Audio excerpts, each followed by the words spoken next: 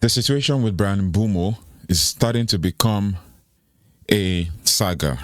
I mean, and this is not the fault of Bryan Mbeumo, because when you talk of sagas, the first thing you think about is basically a player trying to, haggle salary or all that. There's no indication of personal terms being an issue. I think personal terms have already been agreed. It's all on Brentford right now because they're trying to milk the situation and trying to make it a little bit more difficult. First, yesterday or early this morning, we heard news that basically Manchester United are, all but sealing the deal on maybe some coming from some sources like Team Talk, unconfirmed, like not as reputable as the tier 1 journalists. We're talking to tier 3, tier 2, tier 3 journalists posting that, everything's all but confirmed and that Manchester United will carry out a medical on Bryan Mbeumo. He's going to have his medical next week and all of that, because obviously we're coming to the end of the week. And then next thing, later this evening, we didn't see anything from probably, Fabrizio Romano and Ben Jacobs have been saying, similar things, nothing reporting, until David Ornstein basically just dropped a bomb on everyone, and it felt like we are not there yet, because we're already starting to scream, here we go, like next week and all of that. And then next thing, we are not there yet, because Brentford have decided to make this a full-blown, drawn-out saga, and they have turned down Man United's Bryan Mbeumo bid. See, and that's the problem. When Man United comes into any transaction or any transfer and is interested in any player, the next thing you hear is, the prices are being haggled, is going up and down, and you see things like, bid rejected, or, and the reason why Cunha's situation was different because he had a release clause. But this one, they're taking it up, drawing it out, and all of that. But I'm going to go into a few details and all of that. But there's some good news. Bryan Mbeumo basically has decided that it's United or nothing, right? Cameroonian International has reported that he has reportedly made it clear to both Brentford and Tottenham Hotspur that if he leaves Manchester United, if he leaves Brentford this summer, it will only be to join Manchester United. Despite interest from Arsenal earlier in the window, Newcastle as well, and then Tottenham Hotspur because of Thomas Frank, who moved there. And Mbeumo has personally communicated his intent to join United, and this is a major shift of power in the transfer saga, basically, because it has become a full-blown saga. I thought this wasn't a saga, but it has started to become a drawn-out saga. And it's a clear sign that Ruben Amorim's project is attracting top-level talent. And that is actually what's trending on social media. Now, the transfer offer and negotiation standoff going on between Manchester United, initial offer that we brought to you earlier, that Man United's first bid went in, and the initial offer was 45 million plus 10 million pounds, as reported by David Ornstein, with add-ons, and it was rejected. Now, United sent in an improved bid, and this was kind of like what I suggested. Why don't we just make it 55 plus 7 and stuff? United sent in an improved bid of 55 million plus 7.5 million in bonuses, and it was also rejected by Brentford. And they are aiming to surpass the 62.5 million fee that Manchester United paid for Cunha. While this is an ambitious move for Brentford, it's also an ambitious for a player with a contract until 2026. His contract is ending next year.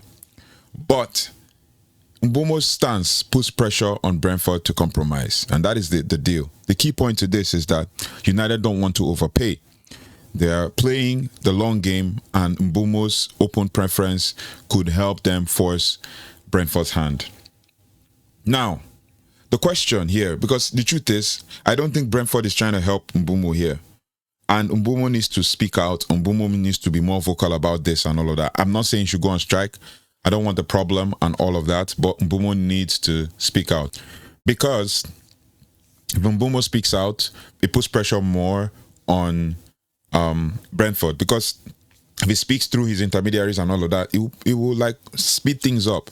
Yeah, he's a top player, one of the top 5 players in Premier League, surely in goal scoring and assists. But this was his only season where he scored 20 goals. But you can see that there's a steady rise for the Cameroonian international. So the truth is, Man United don't want to overpay, and we want to, and that's why this has become so long, and it has taken a whole month to negotiate the deal, because the moment Man United entered the race for a player, it's like they add an extra £20 million. But if a club like Newcastle or probably Arsenal or even like maybe another club that is not Manchester United, you hear things like, oh, £45 million plus 10 million in add-ons, or £35 million plus 10 million in add-ons and stuff like that, and Mbeumo would make that move because obviously they're going to be making profits from the player as he leaves. But Brentford are trying to make it a big deal, and it's going to put a lot of pressure on him, and with the price tag it's going to be a lot. But I know Mbeumo can perform. We just have to believe, and we as Man United fans need to back him. That is on the side. And then Spurs are claiming, because they're stepping back basically, they're claiming that they were never interested, they didn't put in a bid, or they were not, like there were no conversations about it. But with Thomas Frank now at Tottenham Hotspurs, Spurs are, they were seen as a strong contender, but they've reportedly pulled back, unwilling to enter a bidding war unless United fail to close the deal. And that's a win for United. It removes immediate competition and weakens Brentford's leverage, because the truth is, if Spurs were interested, that would have turn it into a full-blown bidding war, and the price will go up, and it will also still mount more pressure on Mbeumo. Mbeumo is about to hit his peak, and it will be on Brentford's hand to allow the player to move to United and thrive. But obviously, they want to make it a big deal. Now, with regards to how Mbeumo fits the squad, once this deal is confirmed, once there is a medical and everything, I will do a full player profile on this, and probably have conversations with some United fans with regards to this Mbeumo deal. But this is basically a strategic fit for Ruben Amorim's vision. Perfectly, just fits perfectly for Ruben Amorim's vision, because he's a versatile forward. He plays on the right, he can play centrally, and also can play on the left depending on the situation. He's going to be obviously a right 10. He has work rate, he works really hard, he tracks back as well. I've seen some videos online from some creators saying that Mbeumo can play as a left wing back. I'm like, no, you're going to just kill this guy's career. Ahmad can play as a left wing back, and he has shown it, and he's more impactful in the game when he's coming from left wing back. He plays as a right 10 as well, but if you notice, he struggles a lot, in some type. He plays very well in tight spaces, but struggles a lot in some games. So he'll be better suited, or best suited for right wing back, and then obviously if need be, we can switch him to a right 10 depending on the game and all of that. There's loads of games to go. I mean, in the new season, we have the Premier League, we have all the cup games, and we're contending for all of these. We're competing for all of these. We should be competing for all of these. Should we come through with a couple of signings, right? So he's also he's also Premier League proven, and that is what Amorim wants. And then he's comfortable in vertical pressing systems, as has shown when playing, for Brentford. And pairing him with Cunha could also add a serious dynamism to United's front line. And it will make us very unpredictable and make us, make teams be scared of us, right? That on the side, the financial backing of the club and discipline is the next thing. And reports suggest that United do have funds available for the transfer without selling first. But the new hierarchy under INEOS is staying disciplined. No more overpaying, and this deal will only happen on United's terms. Now, the Mbeumo public declaration also strengthens the negotiation position, because obviously the player doesn't want to stay, and Brentford, he has only 1 year left on his contract. I don't know if he has a +1, and if he has a +1 and Brentford are threatening to